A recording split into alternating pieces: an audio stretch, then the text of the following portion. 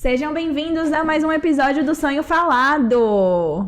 Hoje estamos com a Mayara Garcia. Tudo bem, Mai? Tudo bem. Muito obrigada, muito obrigada por ter aceitado o nosso convite. A Mayara é psicóloga, consteladora, tem um tempão aí de experiência, né, Mai? Fala um pouquinho pra gente sobre você e esses anos aí que você tem trabalhado desenvolvendo pessoas. Bom, gente, então, olá para todo mundo, para o público desse podcast legal aqui. Estou muito feliz de estar aqui hoje nesse estúdio gostoso com vocês. E para falar um pouquinho, né, sobre esse desenvolver, né, sobre essas expansões de consciência e como que as técnicas podem ajudar a gente a ter uma vida melhor, né? Então, com certeza. Como o pessoal já falou, né? Eu sou a Mayara, eu sou idealizadora da Aldeia Florescer, junto com a minha mãe, que é a minha sócia. A gente vai falar da aldeia daqui a pouco. Que é o meu sonho, né? Falando nos sonhos, a aldeia é a realização do meu sonho, é a materialização, né?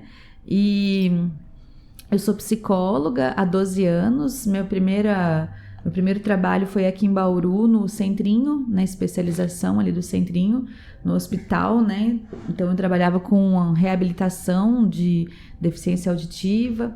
Depois, eu passei no concurso, fui para Pederneiras, fui psicóloga do posto de saúde lá em Pederneiras por 6 anos. E aí, comecei a perceber que aquilo não funcionava mais muito, né? Então, era um modelo que ficava muito preocupado com a doença e não com a saúde. E eu me sentia enxugando gelo, essa era a minha sensação, porque eu dava alta para um paciente, chegava mais 10 com a mesma queixa, né? Num modelo que... No modelo tradicional.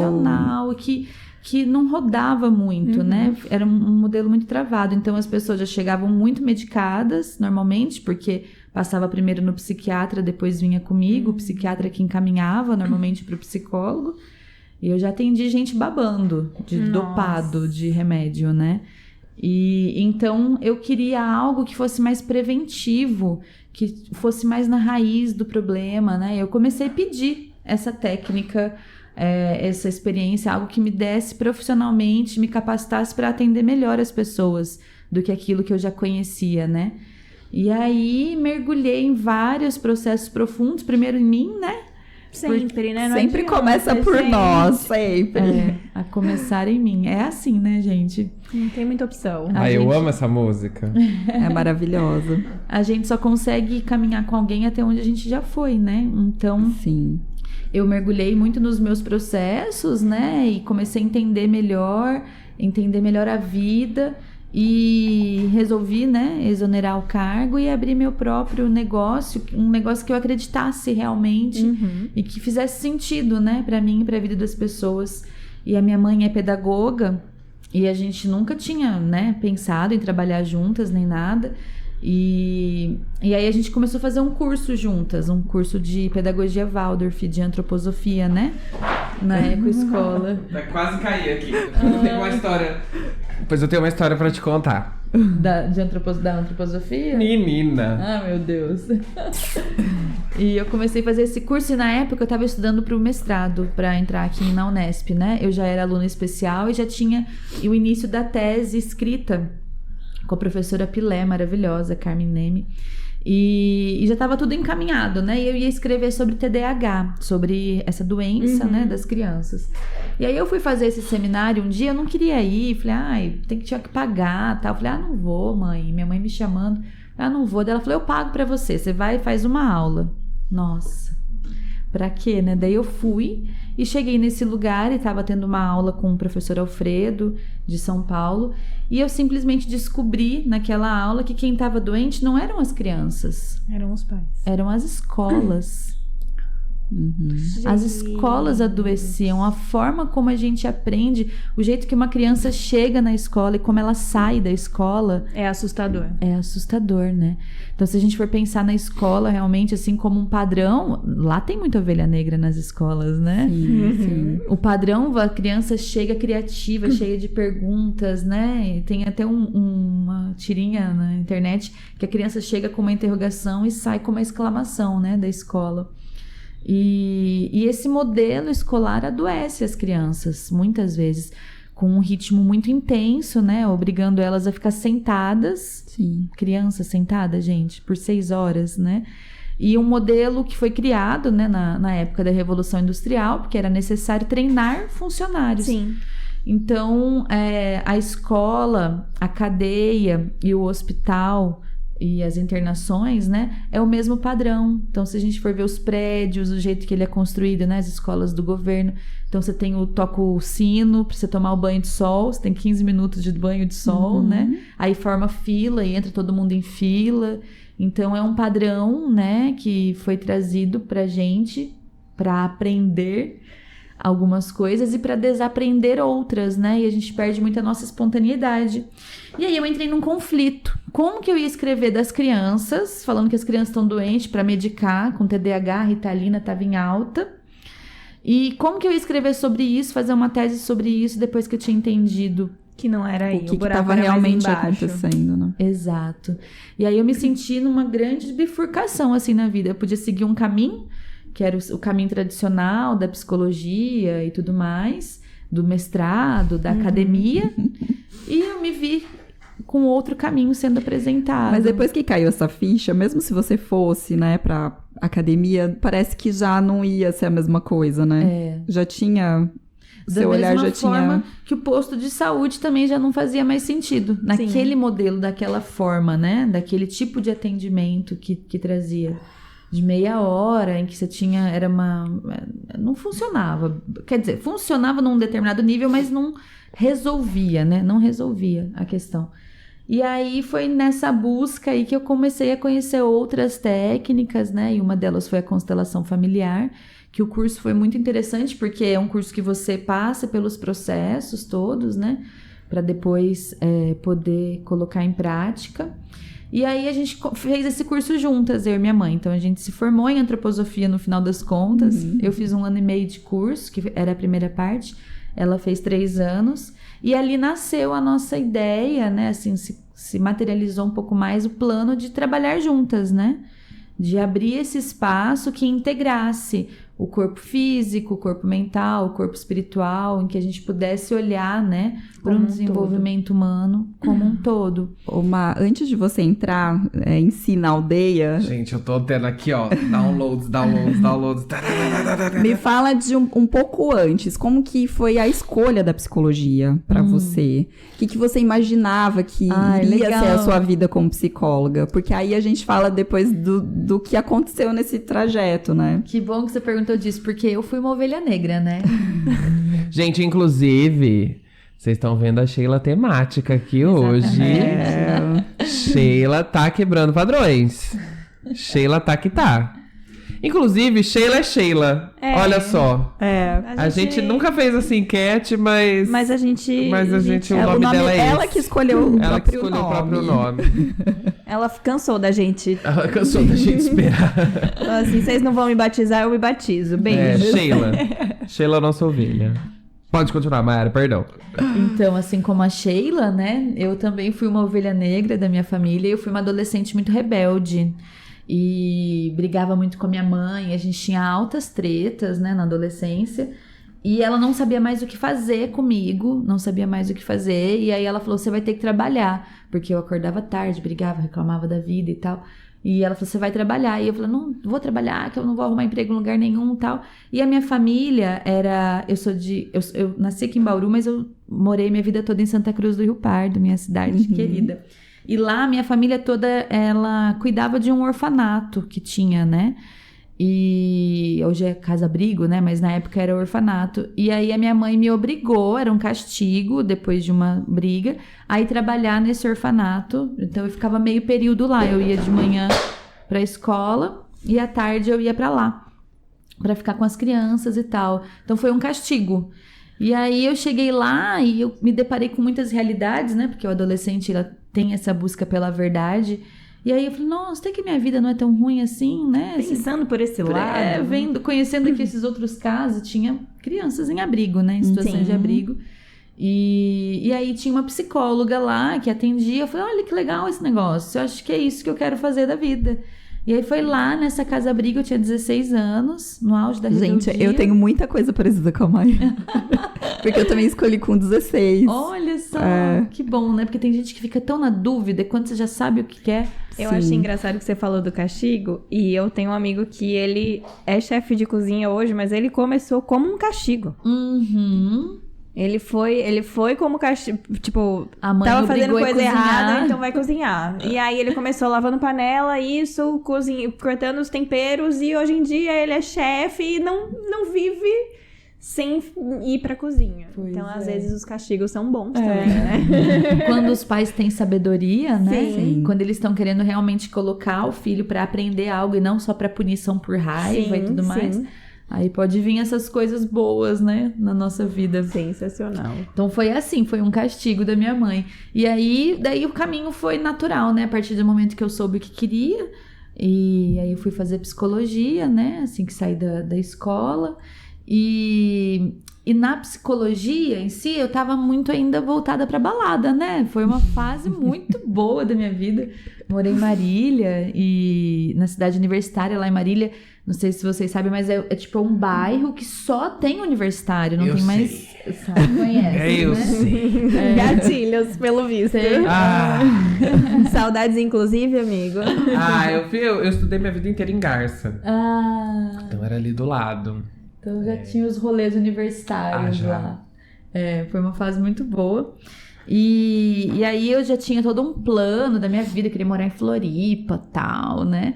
E quando a faculdade terminou, a minha família tinha saído de Santa Cruz e mudado para Bauru, porque meu pai veio trabalhar aqui no Jornal da Cidade.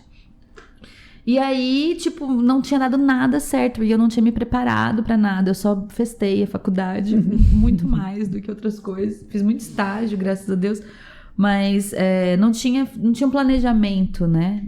E aí tive que voltar a morar com os pais, né? Vim pra Bauru morar com os pais. Então, no começo, eu não gostava de Bauru de jeito nenhum. Era pra mim, nossa, eu voltei a morar com a minha mãe. Minha mãe mandava escovar o dente. Nossa, que nervoso. Filha, você já escovou? Mãe, eu morei 5 anos sozinha, pelo amor de Deus. Meus dentes estão tudo aqui, né? Então, a mãe sendo mãe, né? Nessa função.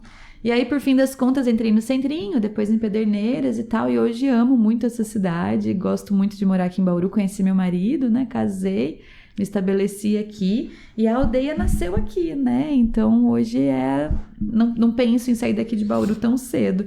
Pelo contrário, penso em ter um polo aqui para todo mundo poder ir e ter para onde voltar, né? A aldeia tem esse conceito. Você comentou com a gente que a aldeia veio por causa de um processo que você teve que ficar um pouco mais recolhida. Sim, fala pra gente sobre isso. Foi, porque daí eu engravidei, né? Então depois do casamento, logo em seguida eu fiquei grávida do meu filho. E na psicologia, eu sempre gostei muito da psicologia e sentia que estava ali no meu propósito. E quando eu fiquei grávida, aconteceu um processo comigo que eu passei a odiar ouvir problema dos outros. Eu achava o cúmulo. Uma psicóloga um pouco complicada. Tinha ali algo de errado não estava certo. Exatamente. Gente. Eu achava o cúmulo, eu estar grávida e ficar ouvindo problema dos outros. Eu falei, gente, esse negócio, como assim e tal? E aí, o nosso corpo é muito sábio, né? Tudo aquilo que a gente determina, o corpo coloca. E eu tive uma placenta prévia na gestação e pude ficar de licença. Eu era funcionária pública e tal, né? E eu fiquei de licença durante a gestação. E aí que eu comecei nesses mergulhos realmente. Primeiro estudando nascimento, parto, o que isso influenciava. Entrei na parte do pensar muito, né? Assim, de novos conceitos. Da constelação familiar também, veio na gestação e tudo mais. E depois que meu filho nasceu, não tinha mais sentido voltar para aquele modelo antigo, né? E aí eu tinha conta para pagar, os boletos, tudo, né? Não dava também para parar. E aí eu fiz um período de transição. Então eu voltei para Pederneiras, fiquei mais 8 meses lá no posto de saúde, até conseguir trazer, concretizar esse sonho, né? E minha mãe fala uma frase que ela fala assim, você dá o passo que Deus põe o chão.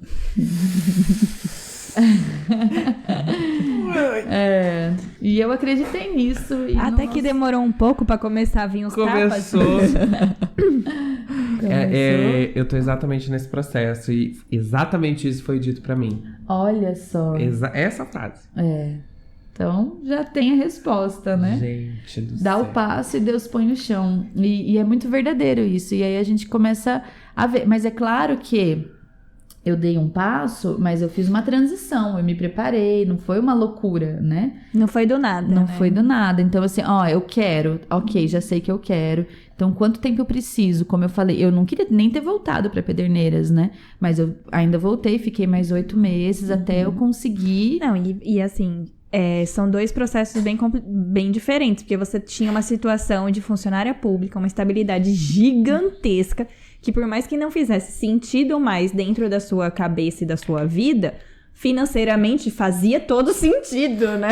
Tem uma estabilidade, tem umas regalias. E depois você vai... Férias. 13º. 13º. E aí você vai pra virar empresária, né? Isso. Então você é a dona do seu próprio negócio, você não tem mais férias, você não... Na verdade, ao mesmo tempo você se permite, né? Não é que eu me permito, eu me planejo, eu pago as minhas férias.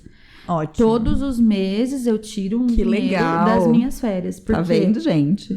Já deu outro tapa aqui na minha cara. Como? Eu ainda tenho um final de semana que eu não trabalho. Não, e além de tudo isso, ainda mãe. E se ainda tornou de 2 mãe. agora, né? Exato. Porque nesse processo chegou o João agora, que tá com 4 meses. E... Gente, que é uma criança. Ai, ele é muito lindo. Os dois são lindos, os dois. mas que o Caio não conhece o mais que eu vi velho. foto só na Não, mas é que o palestra. João, ele tá ainda naquele paraíso, assim, que a gente olha e vê Deus, né? Que é o Sim. bebezinho. Ele é muito gostoso. Vamos parar de falar, que senão ele acorda. Os vídeos Ele que ela sente. posta dele. Ai, gente, demais. Mas enfim, onde que eu tava mesmo? A gente dá o passo e Deus Dá o do passo. planejamento. E o planejamento, exatamente, né? Então, você falou de...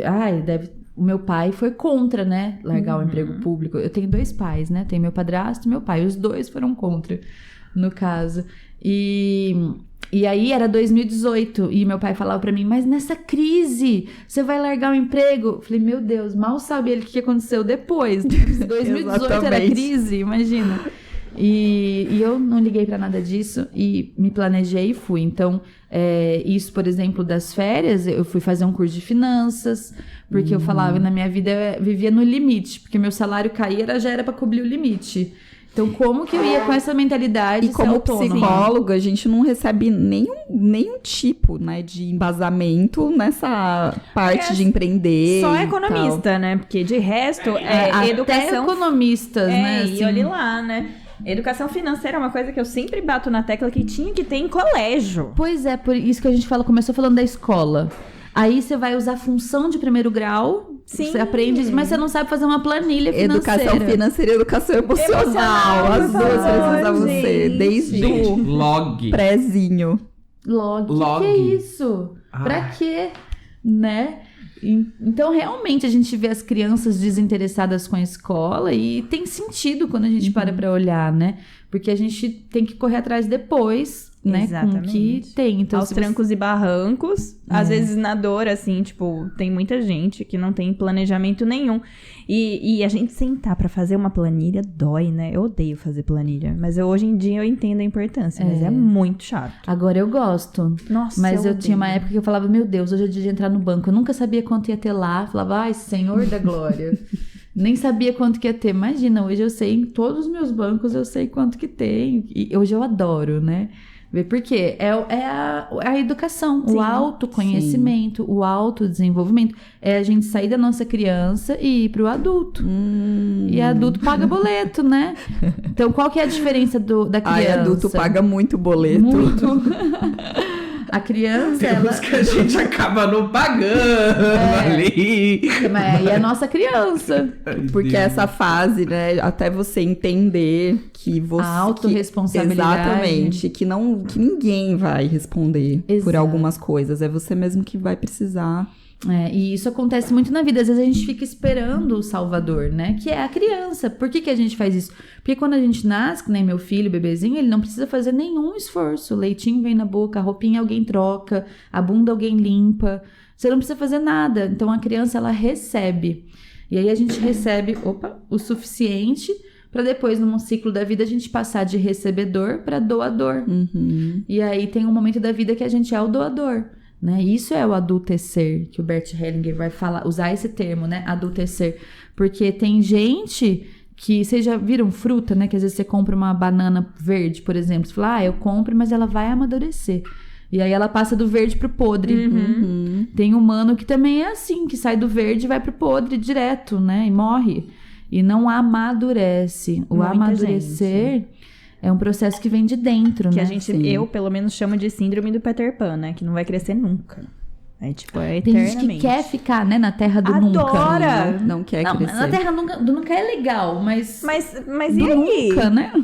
É nunca. Nunca chega, nunca. É nunca, caramba. Nunca acontece. E o adulto, ele arca com as suas responsabilidades, né? Que não é fácil. Não que não é fácil. Gostoso. Não Mas é falando mesmo. um pouco da criança, voltando um pouquinho... Não, gente, eu quero saber... ela tava falando da aldeia, ela se planejou, e aí? Mas eu vou falar sobre isso. Porque aí... eu entendo que a chegada do seu filho ajudou muito também você conseguir assumir um sonho que você queria realizar e você ir pro mundo também. Ele te ajudou bastante nisso, né? De aceitar esse momento. E adultecer, né? E adultecer, exatamente. Então, fala um pouquinho pra gente da importância que as crianças têm, a chegada delas numa família, num sistema, o que elas causam ali.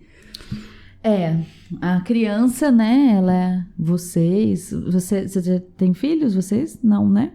Então, o filho é a ponta, né, da geração, é o iPhone 14, né? Então, a gente vem lá do iPhone 1 para chegar no 14. A criança, ela vem com as últimas atualizações, assim. Tanto que a gente vê as crianças de hoje em dia, né, trazendo tudo isso. E é a vida, né? É a vida se perpetuando, é a vida passando para frente. E então a gente já tem que ter uma estrutura para poder receber essas crianças, porque ela vai ser condicionada pelo meio. Então, dependendo de como o meio que eu nasci, o jeito que eu tava, e aí entra muito que eu vim pensando, né, no nosso tema que é ovelha negra, de como muitas vezes a criança ela é colocada já nesse lugar, né? Você nasceu ali numa família que tinha um buraquinho, e aí a nossa tendência humana é querer tampar os buraquinhos, né, da família. E às vezes você já entra num lugar ali que nem é necessariamente seu, né? Mas que foi imposto. Então, a criança, ela tem essa força, né, da vida. Ela não tem barreira. A gente vai aprender o não com 3 anos, né? Que é a fase que a gente chama, né? Os 2 anos e meio, ali os 3 anos, os terrible two, que a criança começa a falar, vamos por essa roupinha. Não vou.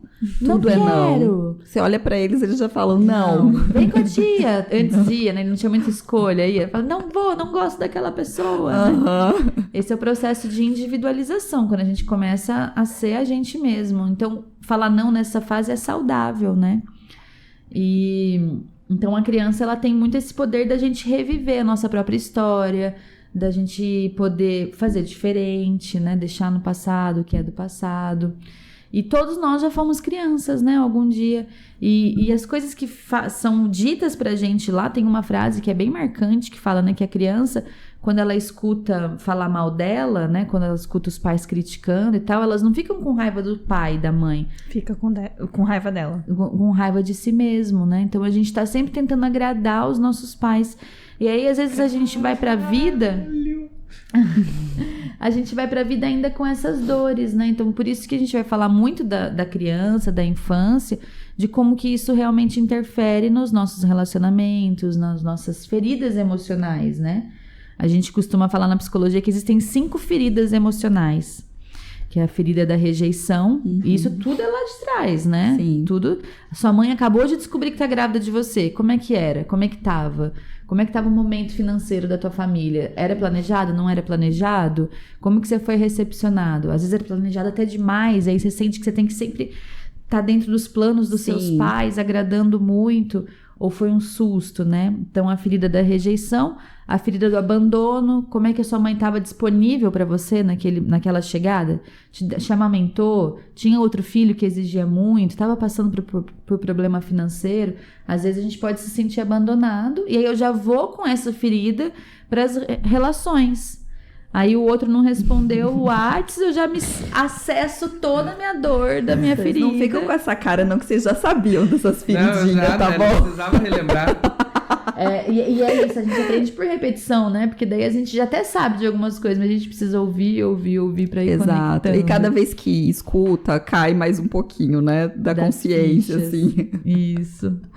Mas aí, voltando pra aldeia, que eu queria saber, né? Então, a gente se preparou, se especializou e demos o passo, né? Então, a casa que a gente alugou, que hoje tá bem bonita e tudo mais, mas a gente alugou, ela tava destruída, assim, tanto que a gente conseguiu um aluguel muito mais barato por conta disso. Tinha sido por muito tempo coisa de carro, então era só homem que frequentava, os homens héteros mesmo, assim, sabe? Que frequentava os ali brutos, a casa, os brutos. Né?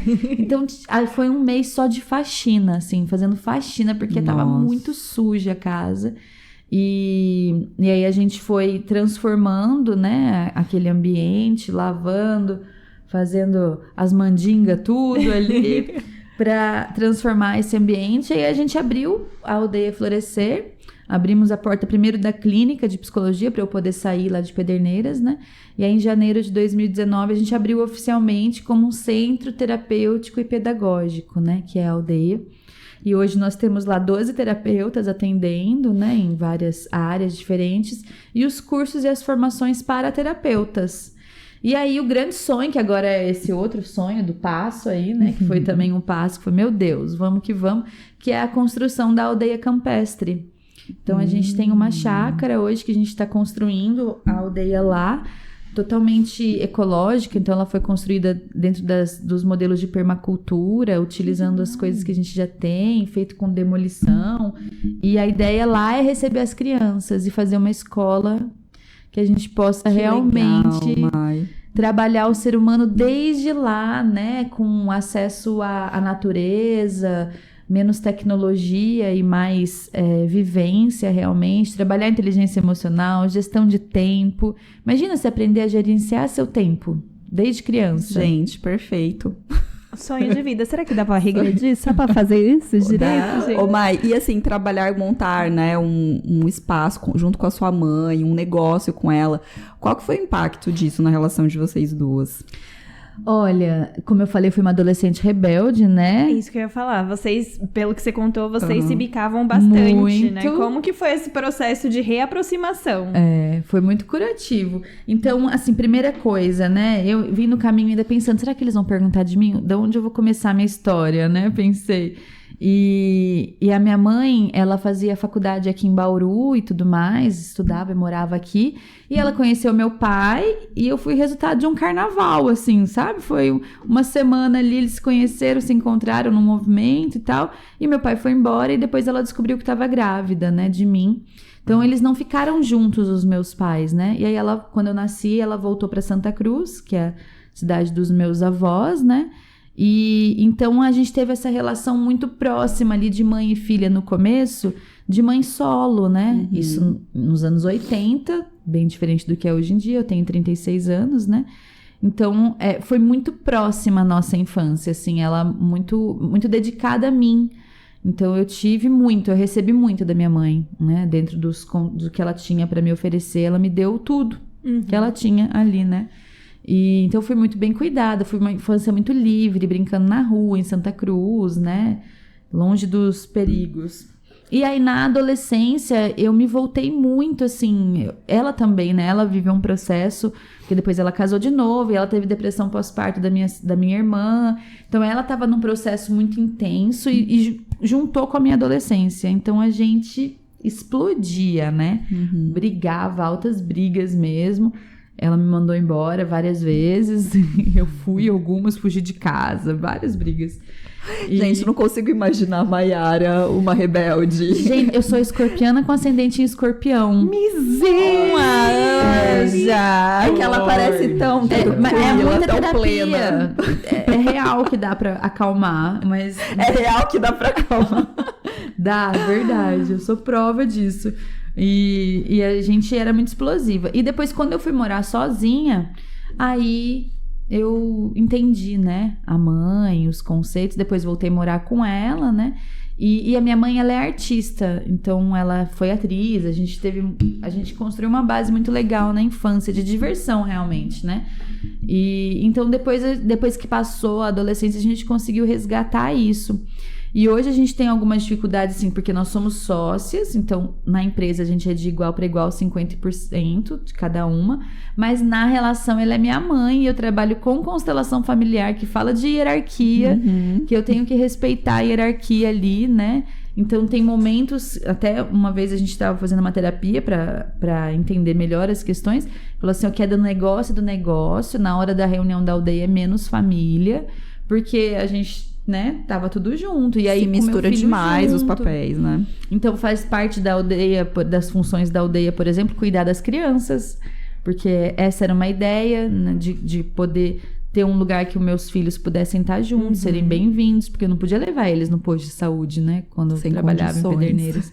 Então ali as crianças estão juntas. Então é uma empresa bem familiar, realmente. E aí a gente tá sempre trabalhando em si. Mas olha, faz muito... A última briga que a gente teve foi em 2020. E é um processo, né? Porque a gente lançou pandemia e tal. Não, vamos ser aqui um lugar ponto de luz na vida das pessoas, a aldeia, tal. Vamos lançar um curso online. Paz Interior, chamava o curso. Gente, mas nós tivemos uma briga. Mas foi uma briga, assim, muito feia, que fazia anos que a gente não teve durante o curso de Paz Interior. E foi muito interessante. E aí a gente foi se curando ao longo do processo, porque um dos nossos principais produtos hoje, né, da aldeia, é o Ciranda, que é a cura da criança interior. Então, que é o que eu quero fazer, que eu vi alguém postando, que foi...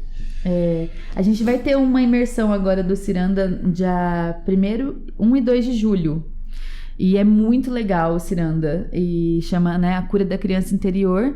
Então a gente primeiro precisou passar pelos nossos processos de cura, certeza, né? Para depois poder ir. Então ela escreveu uma história sobre o meu nascimento, ressignificando, né, a mãe solo. A história chama O Colibri e a Rosa. Então ela contou em forma de fábula, né, como que eu cheguei na vida. Foi bem bonito. E a minha mãe também foi uma ovelha negra, né? E aí era isso que eu ia falar. Na verdade, vocês duas quebraram muitos padrões, né? Eu até que tive a minha fase rebelde, mas de uma forma geral, sou bem vista na família, né?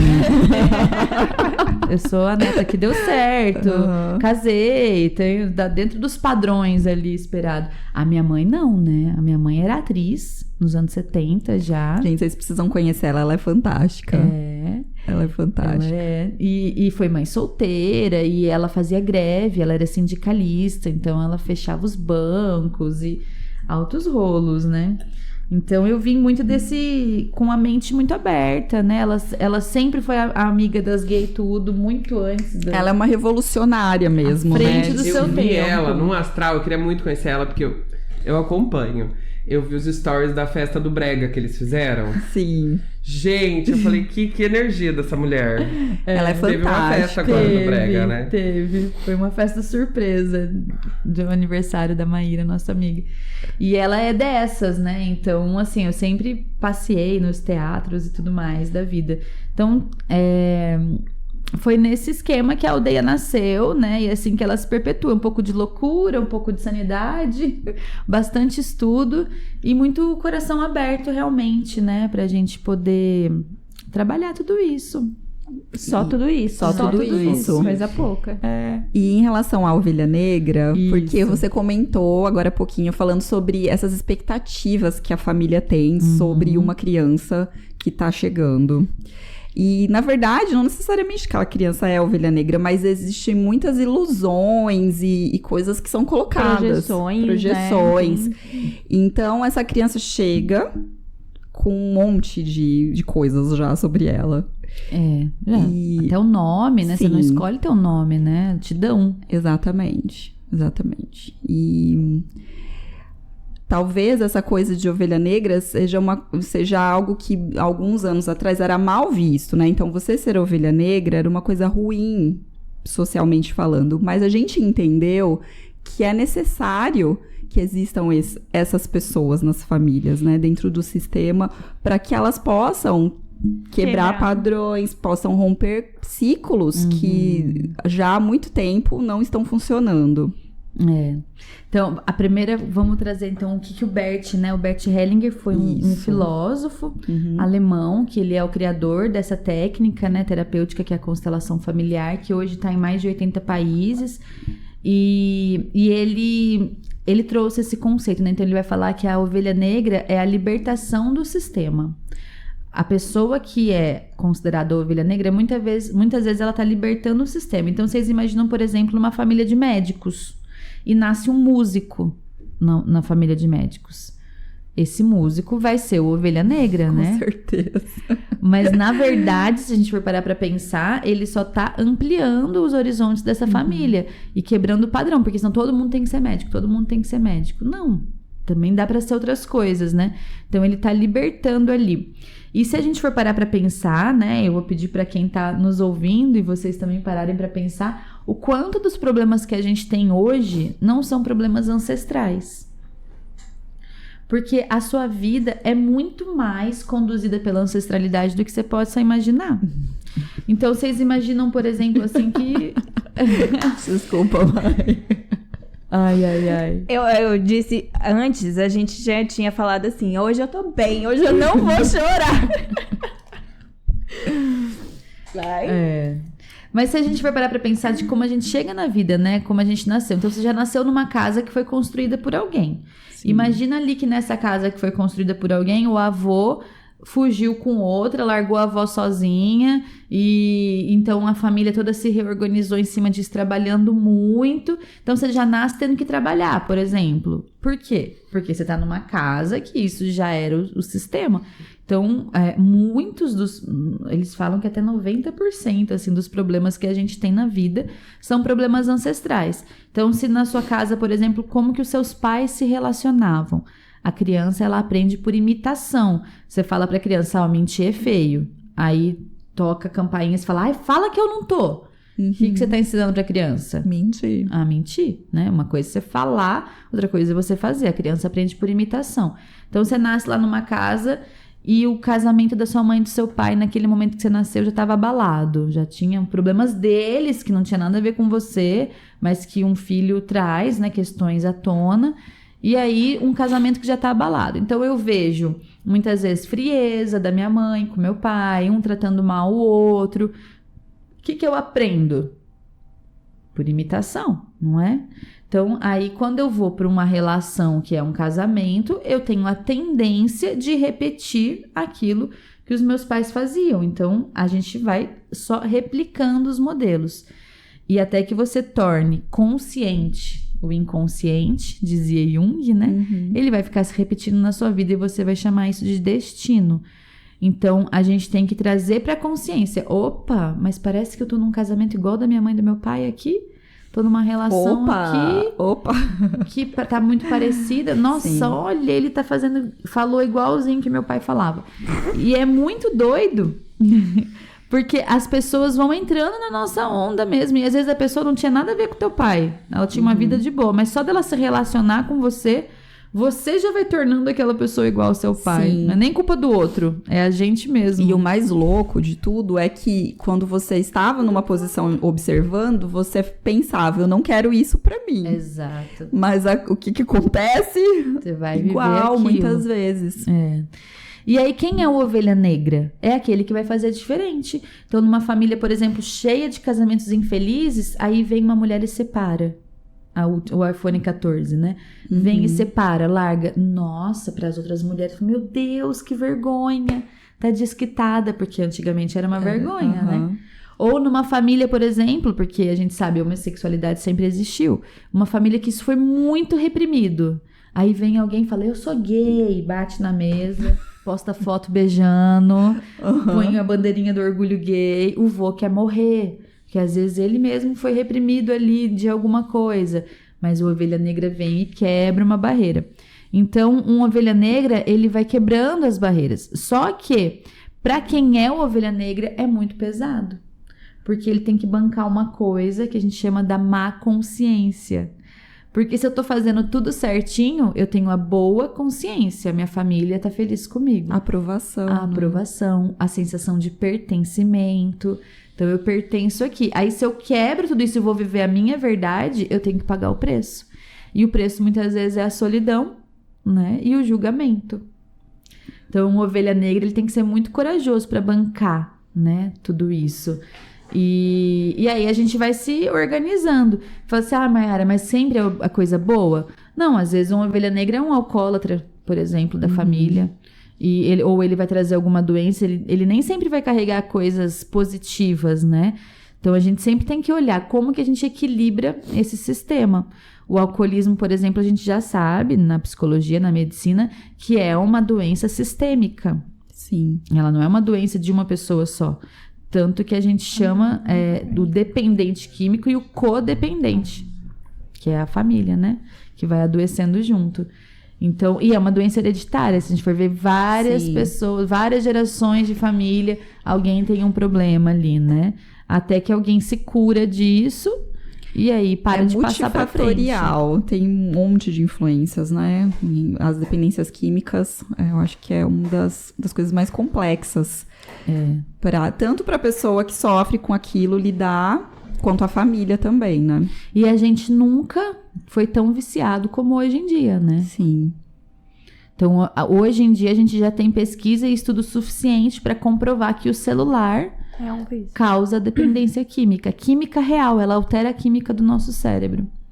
Então, a gente sabe hoje, eu acho que todo mundo consegue admitir que é meio viciado em celular, né? Sim, com certeza. E a gente tem viciado as crianças, né? Então você vê, tem gente que acha bonitinho, olha, tá tão novinho já assistindo. Gente, isso é um crime, vai ser considerado crime, se Deus quiser, no futuro próximo, porque já tem material de estudo suficiente para comprovar que causa dependência química. Então a Associação de Pediatria, por exemplo, recomenda no máximo 1 hora de tela, né? Até 2 anos 0. A recomendação da Associação Pediátrica é essa, até 2 anos 0 tela. A partir dos 2 anos, 1 hora por dia. E depois dos 10, aí que você já consegue liberar um pouco mais. Porque isso altera quimicamente o cérebro da criança. Então, a gente vê hoje em dia crianças muito mais estressadas, muito mais ansiosas. Crianças tendo síndrome do pânico. Com certeza. Imagina, isso não existia antes, gente. Criança com síndrome de burnout, de tanta coisa que eles têm pra fazer. Sai da escola integral e vai pra aula de não sei o que, vai não sei o que. Aula de piano, balé, basquete, futebol. Terapia, porque eles têm que pagar terapia também, fono, porque não aprende a falar e tudo mais. Então, as crianças com agenda de empresário. Exatamente, uma agenda de um adulto. Empresário. Eu acho engraçado porque as pessoas, os adultos de hoje em dia ficam assim, ai, que lindo, já nasce sabendo desbloquear o celular. Gente, dá uma tesoura e um papel pra essa criança. Não é? Da terra. Vai pro parquinho, deixa comer terra. Exatamente. Que é isso que a gente vai aprender, inteligência emocional, né? É ali, é na convivência com os outros, na convivência com a tela, a gente não tem isso. Mas, voltando aí para as ovelhas negras, né? Então, o que acontece, né, normalmente? E é uma lei da vida, né? Que o Bert Hellinger vai chamar de lei do amor. Para o ser humano, quando a gente nasce na nossa vida, existe um princípio de que pertencer é mais importante do que sobreviver. Então, antes da gente ser humano, existe uma parte nossa, neurológica mesmo, que é uma parte mais animal, mamífera. Então, a gente tem o nosso cérebro, né, aqui, o córtex, e o córtex pré-frontal aqui em cima. Então, existe um lado nosso instintivo, mamífero, animal, que dita muitas das nossas ações. Então, para um clã mamífero, pertencer era sobrevivência. Sim. Se você fosse deixado beber numa floresta sozinho, a chance de você sobreviver era mínima, né? Então, a gente faz de tudo para pertencer. Então, nessas dinâmicas humanas, quando a gente vai estudar, né, existem casos, por exemplo, de pessoas que nascem numa família que todo mundo é doente e você é saudável. Então, você é diferente.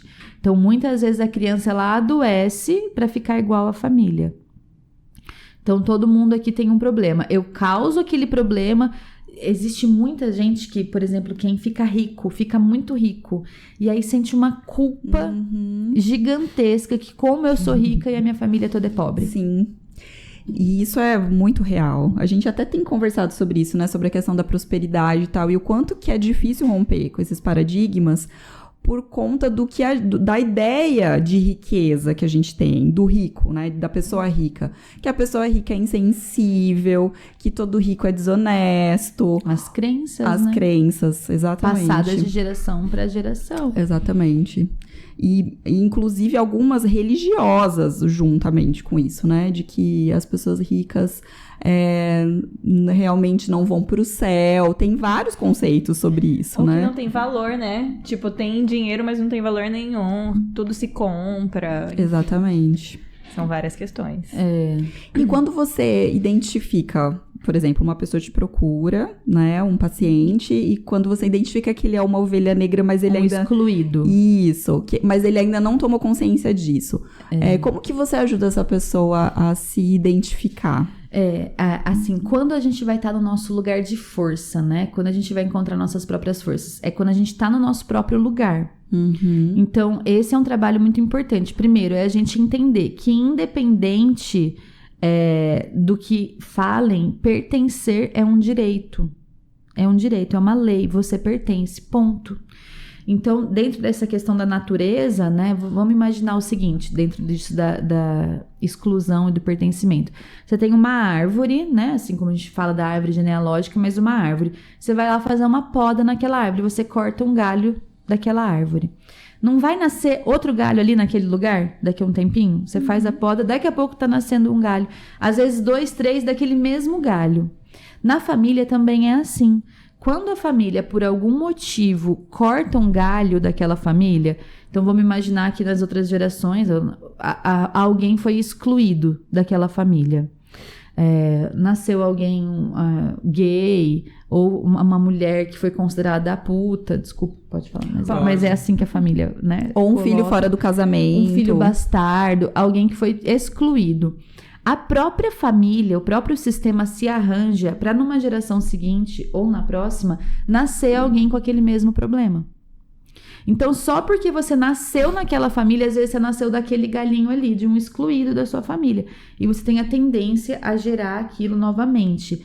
Então, os ciclos na família vão se repetindo. E não é a gente que escolhe isso. Uhum. Tá dentro do pacotinho da vida. Você nasceu daquela família, você precisa de uma família para nascer. O sistema precisa voltar ao equilíbrio. Ao equilíbrio. E isso é uma lei universal, não depende da nossa escolha. Natureza. Né? Antes da gente ser humano, a gente é mamífero, a gente é natureza. Então, quando numa família tem alguém excluído, existe uma tendência de outras pessoas irem nascendo com esse mesmo problema.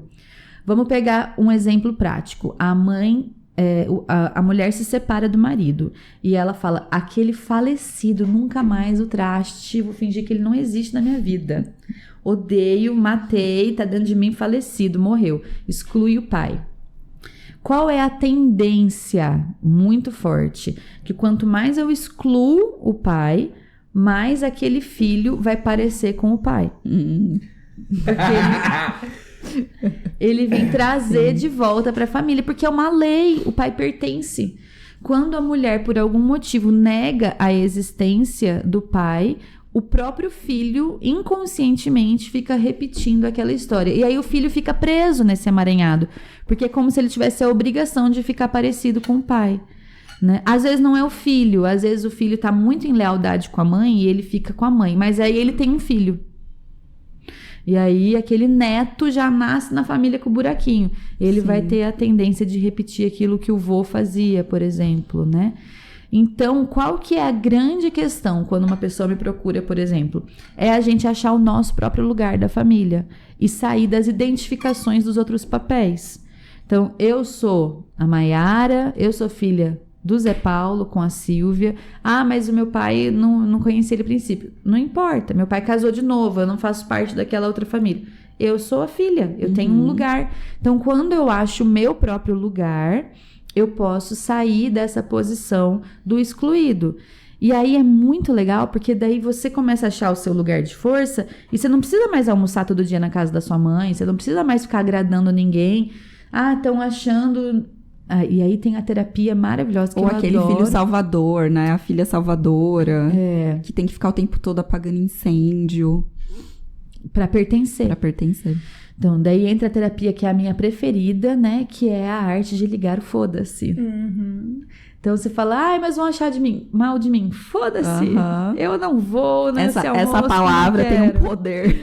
Tem um poder, né? Libertador, eu diria. Nossa, você tira 500 quilos das costas quando você fala um foda-se. E eu acho que o primeiro foda-se a gente fala pro nosso sabotador interno, né? Aquele que tá o tempo todo acusando a gente das coisas. Que é essa boa consciência, tipo, que esperam de mim. Então a minha mãe quer muito que eu seja médico. Foda-se! É a vida dela. Por que ela não foi, então, né? Claro que a gente vai falar muito de honrar o pai e a mãe e tal, mas honrar o pai e a mãe, você honrar, é você viver sua própria história. Porque o que qualquer família quer, né? O desenvolvimento, a evolução, quer que o filho seja feliz. Então, o filho viver a sua própria história é uma honra à vida. Né? O Bert fala que a gente pode servir a vida passando ela adiante, tendo nossos próprios filhos, mas também estando a serviço da vida, né? E quando você está a serviço da vida, é maior do que só a família, do que só o que o pai e a mãe esperam da gente, né? Exatamente. Então, por isso que um ovelha negra, ele é tão importante, porque ele vem rompendo esses padrões de pertencimento e tudo mais. Mas, como a gente falou, é pesado para ovelha negra, então você tem que pensar aí com você. Quanto que eu tô querendo ser ovelha negra para equilibrar alguma coisa do meu sistema aqui com uma dívida e quanto que eu tô querendo por mim mesmo. E aí, por mim, eu querer seguir a minha própria história, e isso vai ter muita força com leveza.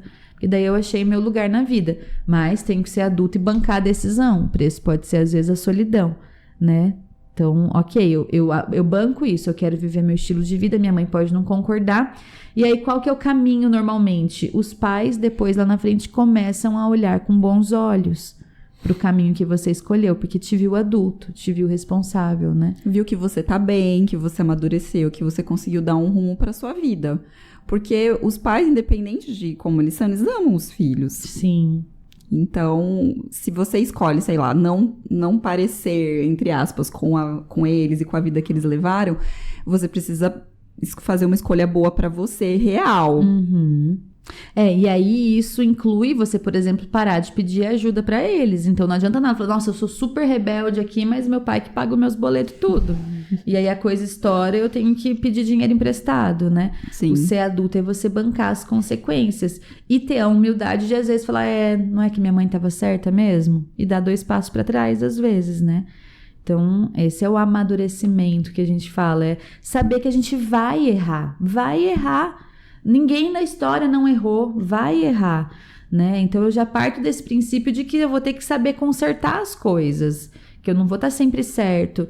Isso é uma clássica, assim, de comunicação. Eu atendo muitos casais, né? Muitos. Hoje em dia, eu tenho fases na clínica, né? Então, tem fase que aparece muita ansiedade. Normalmente é quando eu tô mais ansiosa. Agora tá parecendo casal, bastante aí. Então, eu tenho atendido muitos casais. E a premissa do casamento é a comunicação, né? Então, um adulto, por exemplo, ele tem que estar disposto a ouvir. Porque, às vezes, eu vou para uma conversa já programando tudo que eu vou responder para aquela pessoa. Exatamente. E aí, o relacionamento, você não tem a troca. Pronto, né? Que é a escutativa, né? Ou então, só escuta pra retrucar, né? Tipo, já fica Já tá armado, você já vai pra guerra, na guerra, né? Então, você fala A, ele fala B, C, D. Aí, Giovana... Fica na sua, Caio. E aí, um exemplo. E aí entra um negócio, porque assim, relacionamento é a coisa mais complicada que tem. Porque lidar com pai e mãe é difícil. Lidar com filho é difícil. Mas tem um amor natural aí, a coisa flui. Agora, casamento, relacionamento, você pega uma pessoa de um sistema completamente diferente do seu e vocês dois têm que criar um novo sistema junto. E se você não alimentar aquilo, o amor ali morre, né? Porque o amor numa relação é um amor que morre. Se desconectam, né? Sim. Se você... tem que cultivar constantemente, né? Tem que dar atenção, tem que cuidar, tem que olhar pra isso. Então, é muito difícil, né? Se relacionar afetivamente com alguém. Mas aí entra no paradoxo do humano, né? Também se a gente fica completamente sozinho, também é difícil. Também traz as inseguranças, as questões. O ser humano tem uma força natural que faz com que a gente queira se relacionar com os outros, né? É verdade. paradoxos da vida. Os desafios. Ai. É desafiador. Puxado. Tá puxado, Caio? Não, tá tranquilo, tá. Até que tá. Eu vim na intenção de não era de fazer ninguém chorar. Ela falou. Não, tá suave. Eu falei, eu vim na vibe do Primo Rico. Que é. Mara, você acha, entrando um pouco na pauta do sonho, você acha que é mais difícil pra ovelha negra ir atrás do sonho dela? Eu acho que muitas vezes você vira ovelha negra por ir atrás dos seus sonhos. E às vezes você tá aqui numa situação cômoda, bem queridinho da mamãe, do papai, fazendo tudo, mas você tem um sonho lá dentro. E aí só de você ir atrás do seu sonho, você pode se tornar uma ovelha negra ali, dependendo da situação, né? Então, como eu falei, meu pai falou, pelo amor de Deus, você vai largar o emprego? Como assim? Você é doida, né? Então, a ovelha negra, ela tem que ter muita coragem, né? Pra bancar o que ela vai fazer realmente. Então, você precisa ter um pouquinho de ovelha negra para poder ir atrás dos seus sonhos. Todo mundo tem uma ovelha negra dentro de si, não tem? Tem. E a gente tem que dar vazão para ela, porque as pessoas que são as boazinhas demais, essas sofrem muito, né? Aquela pessoa que tem que bancar a boazinha o tempo todo. Vamos! Aceitar, se submeter para continuar pertencendo. Sim. Você entrar nesse arquétipo... Estive nesse lugar. Esteve. E é um lugar que esgota. Você tá sempre... Completamente. Falando sim, né? Pra coisas que você quer dizer não. Então, você ser esse rebelde, você aprender... Por isso que na adolescência isso é importante. A gente fala, nossa, o adolescente tá rebelde. Que bom! Tá aprendendo, porque ali é a fase de aprender isso, né? A adolescência é a fase que a gente vai desenvolver o corpo das emoções.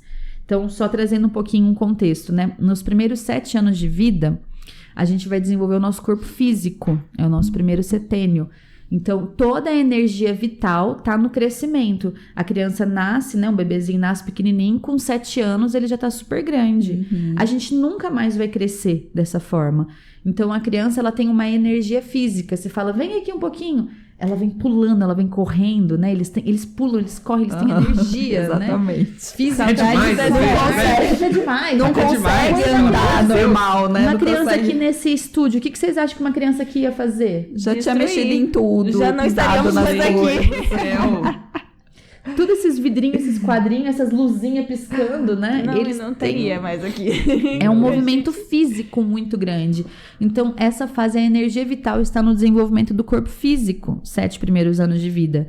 E eles ainda não têm capacidade emocional, né? Então, você vê, eles vão dar espetaqueira, vão fazer birra, e tudo bem.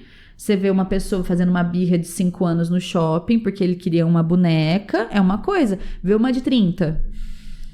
A gente vai achar meio estranho, a pessoa começa a chorar porque eu queria muito aquela blusa. Dá uma espetaqueira Às ali, vezes né? não é por uma blusa, né, que chora, é por outras coisas. Fica desesperada. Mas não deixa de ser a mesma birra, né? Porque eu quero um negócio e eu quero agora. Sim. Então, a criança é esperado isso, né? E, então, por quê? Porque ainda não desenvolveu o corpo das emoções. Aí, dos 7 aos 14 anos, a gente vai desenvolver o nosso mental. Por isso, até que na pedagogia Waldorf, eles vão falar que você só alfabetiza a criança depois dos 7 anos. E antes disso, ela tem que subir em árvore, correr, desenvolver o corpo físico.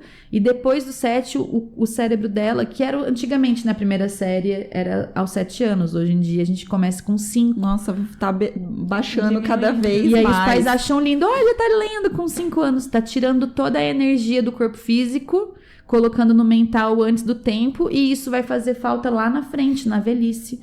Porque daí eu não desenvolvi na raiz aqui, né, a vitalidade.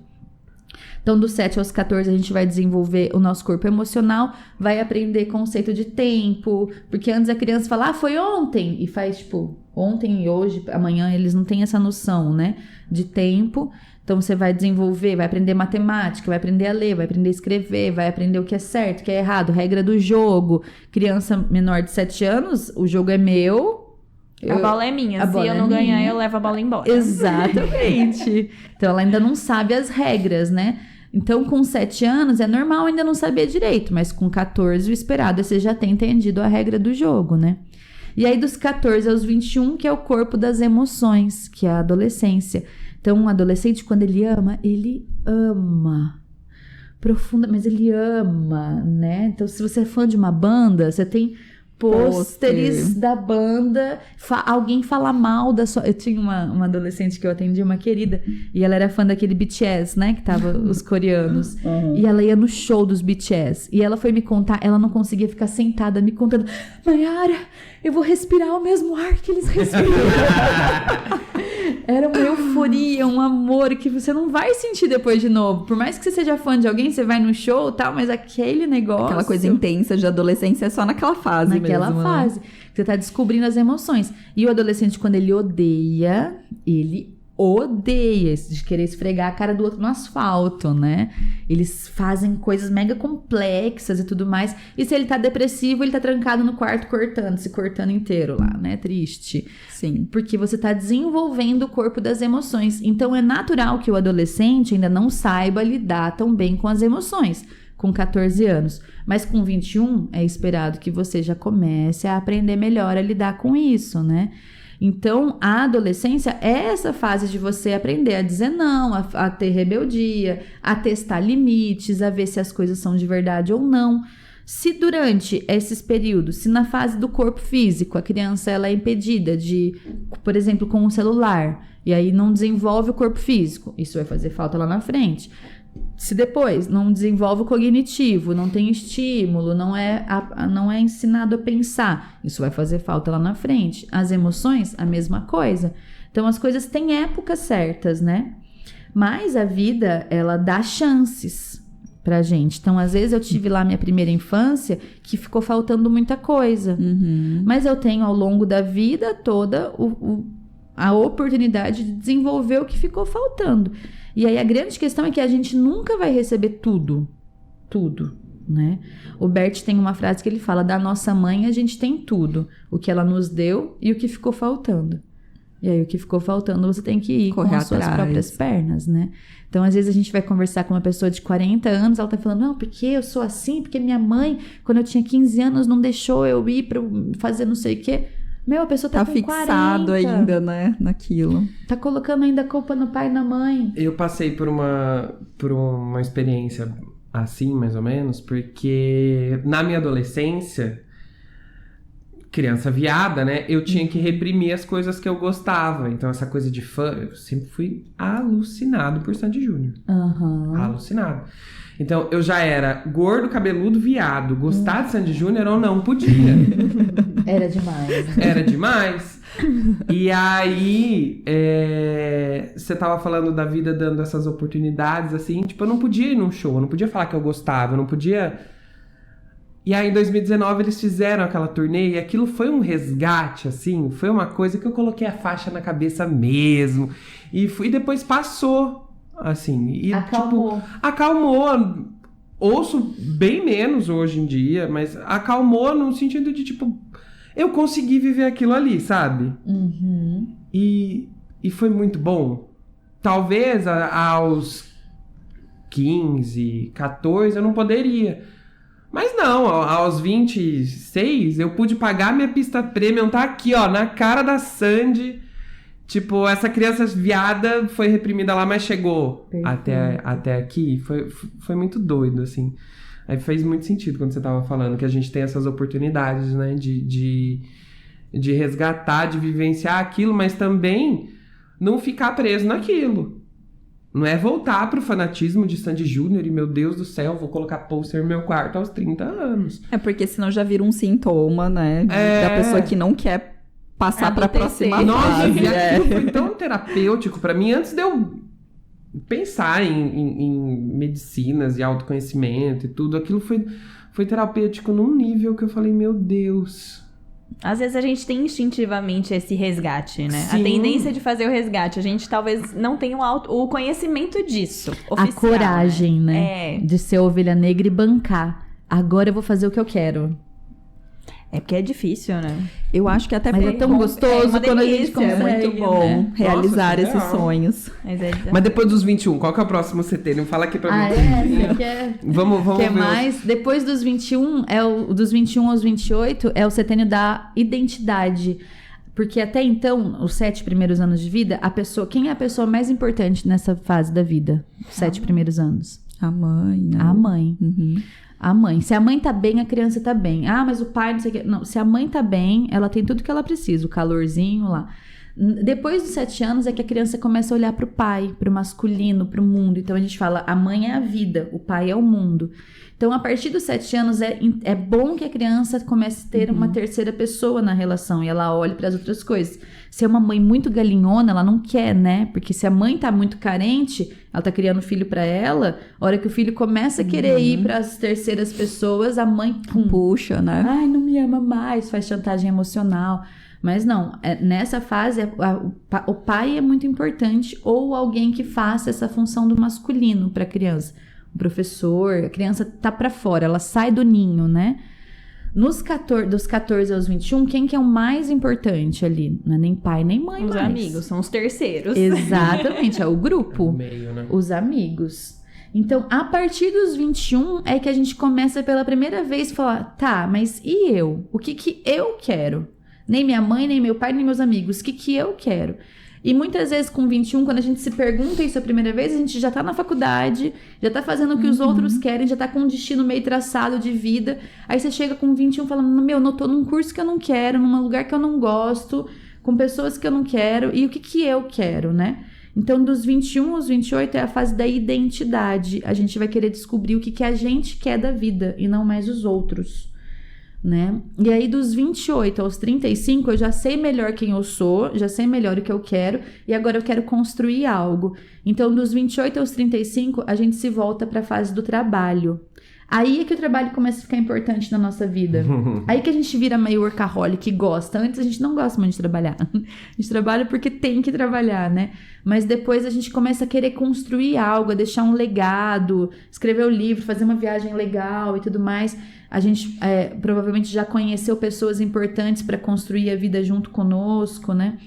Então, dos 28 aos 35 anos, a nossa energia de vida se volta para o trabalho.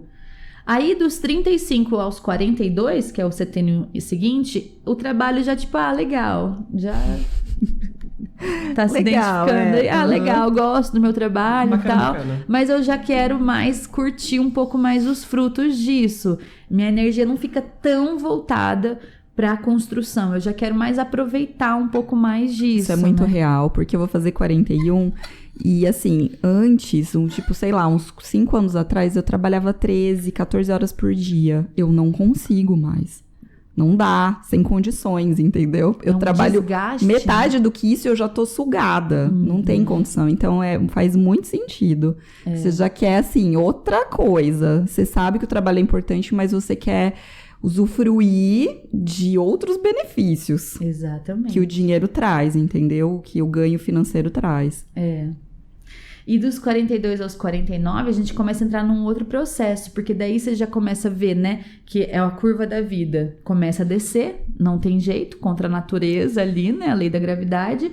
Então, a gente tem uma outra curva, que é a curva da espiritualidade, que da consciência, o Steiner chama, que é, antes dos 21 eu tenho muito pouca consciência, e depois dos 42 eu começo a tomar mais essa consciência do que é a vida. Então, a gente vai se interessar mais por espiritualidade, por trabalhos voluntários, pelo legado, pela sabedoria das coisas, né? E isso num caminho legal. Mas se você tem muito BO lá de trás ainda, nessa fase tem a fase que a gente chama do espelhamento. Então, por exemplo, dos 42 aos 49, a gente vai espelhar a nossa adolescência. Então, tudo que eu fui muito reprimido na adolescência, se eu não curei ao longo dessa vida, volta muito forte nessa fase. E aí que a gente vai falar da crise da meia-idade. A idade da loba. Então, você vê o cara lá que larga da esposa, vai ficar com uma de 20, né? Sim. Larga de 40 pra ficar com a de 20. A mulher, se ela foi muito reprimida, se ela não viveu a sexualidade, aquilo volta com tudo. Explode uma sexualidade muito forte. E aí ela quer ir viver, quer ir pra balada, quer ficar, quer transar, quer não sei o quê, né? O cara também. Então, a gente chama essa fase da crise da meia-idade.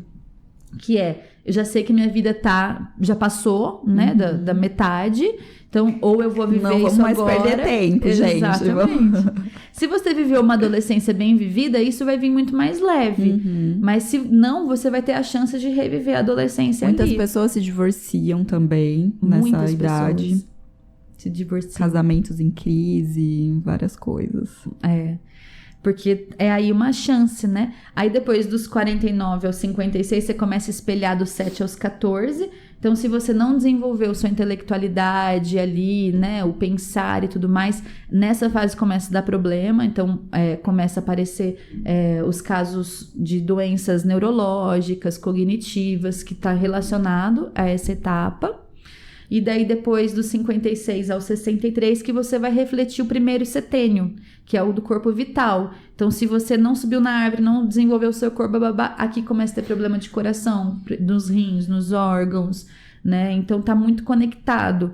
Eles falam que, tipo, não é determinante. Então quer dizer que eu passei por isso com um ano, determinantemente eu vou ter uma doença lá? Não é determinante, porque a vida, você tem muitas chances de se curar. Mas se você tá com uma doença aqui, nessa etapa, vai olhar lá atrás que você vai achar a raiz e o problema disso, né? Muito interessante. A vida é toda conectada, a gente não tá solto na vida, né? São ciclos, né? Literalmente. Por isso que a gente é tão ligado à lua. Existe toda uma conexão com a lua. A gente é natureza, né? A gente faz parte da natureza. O homem tá tentando sair da natureza, mas ele é natureza. Então a gente faz parte desses ciclos. E entender esses ciclos ajuda muito, facilita muito o nosso caminho, né? E muitos dos nossos adoecimentos é por causa dessa desconexão com a natureza. Sim. A gente não tem mais esse contato, né? Com a terra, com, sei lá, né? Com o verde. Uma cachoeira. Com pessoas, né? Hoje em dia, conexão com pessoas é complicado, né? É difícil, é desafiador. Então, vamos ficar sozinho mesmo e tá tudo bem, é melhor assim. Vamos evitar essa fadiga, vai. É muito louco. Ai, gente, muitas coisas hoje. Finalizando com uma pergunta. Qual que é a importância do autoconhecimento pra você sonhar? Boa pergunta, né? Eu já dizia pra Alice, né? Qual é a estrada certa? Mas Alice, qual a estrada pra onde você quer chegar, né? Se a gente não tem o autoconhecimento, a gente sonha o sonho dos outros. Porque daí eu não sei nem o que eu quero, né? Então o autoconhecimento vai passar pela vontade. O que eu quero? O que eu gosto? Não o que estão esperando de mim, não o que minha mãe, minha mulher, meu marido, meu filho, mas o que me faz feliz, né? E a gente correr atrás disso vai trazer a realização dos nossos sonhos verdadeiros, né? Então o autoconhecimento, você precisa saber quem você é minimamente para poder saber qual é o seu sonho. E se você dá conta disso ou não. Então, vamos supor que eu tenho um sonho de morar fora do país e tudo mais, né? De fazer uma grande viagem, de viver uma aventura, uma jornada, né? Isso está dentro de todos nós. A gente tem esse impulso, né? De querer viver uma grande jornada. Eu preciso definir melhor para onde. Então, para isso, eu tenho que me conhecer. Então, o autoconhecimento é a chave para tudo na vida, para tudo. É outra coisa que já devia estar no currículo das escolas. Porque senão a gente fica preso nessas coisas.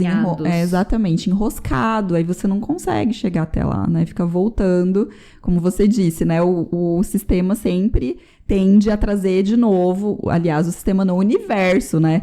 Tende a trazer de novo situações parecidas com o que você já viveu e não foram resolvidas. Então, os ciclos. Eu fiz uma leitura de tarô uma vez, semanais que eu posto, assim, aí no texto veio uma frase que ficou muito na minha cabeça, que o universo ele é insistente nas suas lições. E ele não desiste até você. Gato, você vai entender. Por bem ou por mal. Você vai entender. Mas que bom que a gente recebe tantas chances. Já pensou se fosse só uma que fosse dada? Ferrou, né? Porque... Mas sabe qual que é o problema? Quando a gente fica num círculo assim, né? Eu passo ali e caio no mesmo buraco. Passo e caio no mesmo buraco. Os ciclos sempre vão existir. Mas o ideal é que eles sejam em espiral, né? Então eu passo por aqui, mas de um lugar um pouco diferente. Sim. Já sei que esse buraco tá aqui. Então, eu passo de um outro lugar, né? Então, o movimento da vida é espiralado, né? Do universo, mais dos pra planetas. cima, né? Vamos subindo os degraus. Exatamente, não ficar preso naquele mesmo ciclo, né? É isso. Ai, Mai. Muito obrigada. Olha, a última pergunta. Nossa, tá perguntadeira ela hoje. Eu falei que eles queriam aproveitar pra fazer terapia, né? A última pergunta, promete que volta? Sim. Porque, menina, ficou tanta coisa aqui que eu queria perguntar. Eu falei já bastante, né? Não. Marca uma sessão, Caio. Não, gente. A cara dele. A gente tava brincando antes de começar aqui, gente, que a gente usa as pessoas pra fazer terapia e aí, de quebra, a gente oferece pra vocês, entendeu? Mas a terapia é sempre com a gente, não tem opção de escolha. Não, pega bastante. Mas é sensacional. Você citou uns exemplos aí que... Nossa. Faz sua pergunta, você não vai fazer? Não, a gente ia entrar num tema que não vai ter bateria. Tá, Mas então era tá bom. muito sobre o meio, acho que eu vou deixar aberto pra próxima. Pra gente voltar. Sobre essa questão do meio, que hoje existe uma tendência às pessoas fazerem parte do meio através de um diagnóstico, né? Então, o TDAH, o burnout, Então as pessoas já chegam... O pertencimento através da doença. O pertencimento através da doença e da dor Então as pessoas chegam numa mesa de bar compartilhando receita psiquiátrica, sabe? Qual assim? é o remedinho que você toma? Eu tô tomando esse. Você tá dormindo como? E é uma coisa que, assim, tá cada vez mais surreal. Só que é um tema que vai... E aí é você bancar, né? O Bert fala isso, né? Que o preço da felicidade, né? Você ser feliz... é solitário, porque a grande massa tá na infelicidade, né? Sim. Então, aí que... Por isso que esse autoconhecimento ele é tão importante, porque daí a gente vai entendendo cada vez mais que o outro é o outro, a opinião do outro é o outro, que a gente tá todo mundo conectado, mas que não é porque ele acha isso que eu tenho que achar também, né? Então, essa autonomia, ela é muito forte, muito poderosa. Sim, com certeza. Ai, Mai, muito obrigada pela sua presença aqui. Eu que agradeço, gente, disponibilizado adorei. o seu tempo. A Mai tá com um bebê pequeno e veio aqui passar esse tempo aqui com a gente. E a gente ficou conversando antes pra variar. Meus peitos segurando já ela deve aqui. estar. Gente, sigam a Mai nas redes dela. Fala pra gente seu Insta, o Insta da aldeia. O meu Insta é Maiara, com I, G Psicologia. E o Insta da aldeia, que é lá que a gente movimenta mais, né? Lá no meu vocês vão ver muito bebê. Ai, Eu tô nessa gente, fase, é a coisa gente. mais linda. Eu tô muito nessa fase. É @aldeia florescer. @aldeia florescer. Gente, conheçam o trabalho delas, é maravilhoso. E venham na E aldeia. venham, quem for de Bauru região, toda quarta-feira à noite tem Normalmente workshop, as quartas-feiras, tem um sábado por mês, de manhã, e as quarta-feiras à noite, a gente faz os workshops de constelação familiar, cada dia com uma terapeuta, e é bem legal. E aí também a gente tem vários eventos, então a gente vai trazer agora para Bauru o Luciano Alves, que é um neuropsicólogo, que vem fazer um curso aqui, depois vai vir o Tarso Firassi em outubro, então a gente tem cada vez mais tentando trazer o ensino realmente, né? Esse desenvolvimento através da educação, do sentir. E é legal que os workshops lá na aldeia são sempre vivenciais. Então, você experimenta realmente. Porque, como eu falei, a gente aprende pela modelagem, pela experimentação. Então, uma coisa é você ir numa palestra e ouvir coisas, né? Outra coisa é você ir lá, entrar num campo, entender, chorar. Lencinho tem de sobra lá na aldeia. Bom. Não que a gente chore muito por aqui. Imagina! Mas assim, sucesso pra vocês. Obrigada, o trabalho que vocês fazem querida. é maravilhoso. Além de ser um espaço terapêutico de cura, é um espaço de ensino, como você falou, né? E de multiplicação festas também, porque a gente gosta muito, né? Afinal de contas, celebrar a vida é sempre muito importante, não é mesmo? E o autoconhecimento não precisa ser chato, porque a gente, às vezes, eu tinha isso, tipo, como que eu não vou beber? Pra mim, ser feliz estava intimamente ligado a tomar cerveja no bar. E eu não conseguia imaginar como que eu ia ser feliz em outro ambiente. E hoje, claro, que se quiser levar uma cervejinha também dá. Não é um problema. Mas dá pra ser feliz, né? Em aspectos mais amplos, né? Mais inteiros, mais E com muito mais completos. consciência. E com mais consciência. Que E é com mais pessoas gostoso, mais né? conectadas com o que você tá pensando também, né? Mai, Procurem muito suas outras obrigada. ovelhinhas, gente. Exato. Existe muito Procurar mais você pode ovelhas mandar. negras do que a gente Isso aí. imagina. Você É. pode montar um clã de ovelhas negras. Monta o seu rebanho aí. Sai pela vida. Má, obrigado. Obrigada, gente. Adorei. Obrigado viu? vocês que ficaram até agora com a gente. Sigam nossas redes sociais, @sonho falado. Estamos no seu tocador de áudio favorito, YouTube também. E obrigado. É isso, Obrigado. isso. Má. Então, no Spotify? Estamos. Spotify, Deezer, Amazon Music, Tá fácil. Google Podcasts. Perfeito. E agora a gente tá no Spotify com vídeo. Você já assistiu podcast no Spotify? Já assisti o Maravilhoso. do Thiago Negro, já vi uns, mas Fica fiquei com o nosso feliz que videozinho nós ali. vamos estar lá. Maravilha. E nosso Insta também, né? Sim. @sonho falado. Gente, brigadão e vamos nessa. Até a próxima. Até a próxima, galera. Tchau, gente. Tchau. Beijo.